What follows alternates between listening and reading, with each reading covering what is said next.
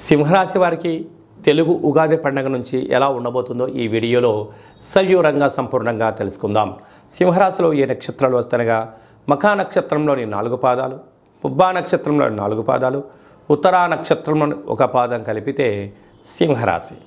చాలామందికి పుట్టినటువంటి కాల సమయంలో డేటా బర్తులు లేనటువంటి కారణం చేత పేరు యొక్క మొదటి అక్షరాన్ని అనుసరిస్తూ ఆ రాశిని తెలుసుకునే ప్రయత్నం చేద్దాం.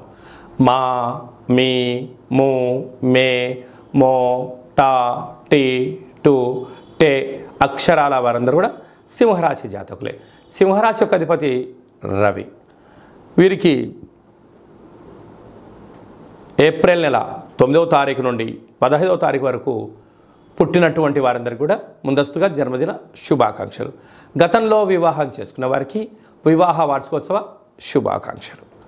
అదే కాకుండా వీరికి 2వ స్థానంలో కేతు, సప్తమంలో కుజుడు శని సంచార స్థితి, ఒకవైపు కుజదోషము, అష్టమంలో రవి శుక్ర రాహు సంచార స్థితి, భాగ్యస్థానంలో బుధుడు గురు సంచార స్థితి ఉన్నప్పుడు ఈ సింహరాశి జాతకులు వీలైనంత వరకు పై అధికారులతో, సహ ఉద్యోగస్తులతో, కింది స్థాయి ఉద్యోగస్తులతో పార్ట్నర్షిప్ వ్యవహార కార్యక్రమాలు ఆచరింపజేసే వారందరితో కూడా వీలైనంత వరకు మౌనంగా ఉండండి.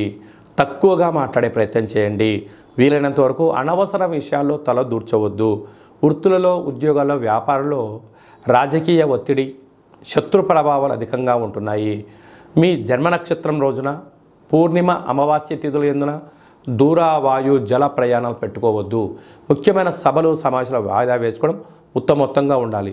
ఈ సంవత్సరము మీరు అనుకుంటున్న ప్రైవేట్ రంగం వారు, ఆర్థిక రంగంలో, రక్షణ శాఖలో, పోలీస్ శాఖలో, రాజకీయ శాఖలో ఉన్నటువంటి వారందరికీ ఇంకనూ విజయం సాధించగలగాలి అన్నట్లయితే అష్టమ స్థానంలో రాహు సంచార స్థితి ఉంది కనుక మీరు ఎంత బరువు అయితే ఉంటారో అంత బరువు కలిగినటువంటి ఉప్పును తులాభారంగా చేసుకొని ఆ తులాభారమైన తదనంతరము ఉప్పుతో శివలింగాకారాన్ని ఏర్పాటు చేసుకొని రుద్రుడి యొక్క మంత్రము, మీ రాశాధిపతి యొక్క రవి యొక్క మూలమంత్రము, అష్టమ స్థానంలో ఉండబడే రాహు యొక్క మూలమంత్రాన్ని సంపుటీకరణ చేసి నీటితో అభిషేకం చేయడం వలన నీటితో ఉప్పు పుడుతుంది, నీటితోనే మరణిస్తుంది కనుక సమస్యలు తొలగిపోయి అద్భుతమైన జీవితం మీ సొంతం అవుతుందని చెప్పి గమనించాలి.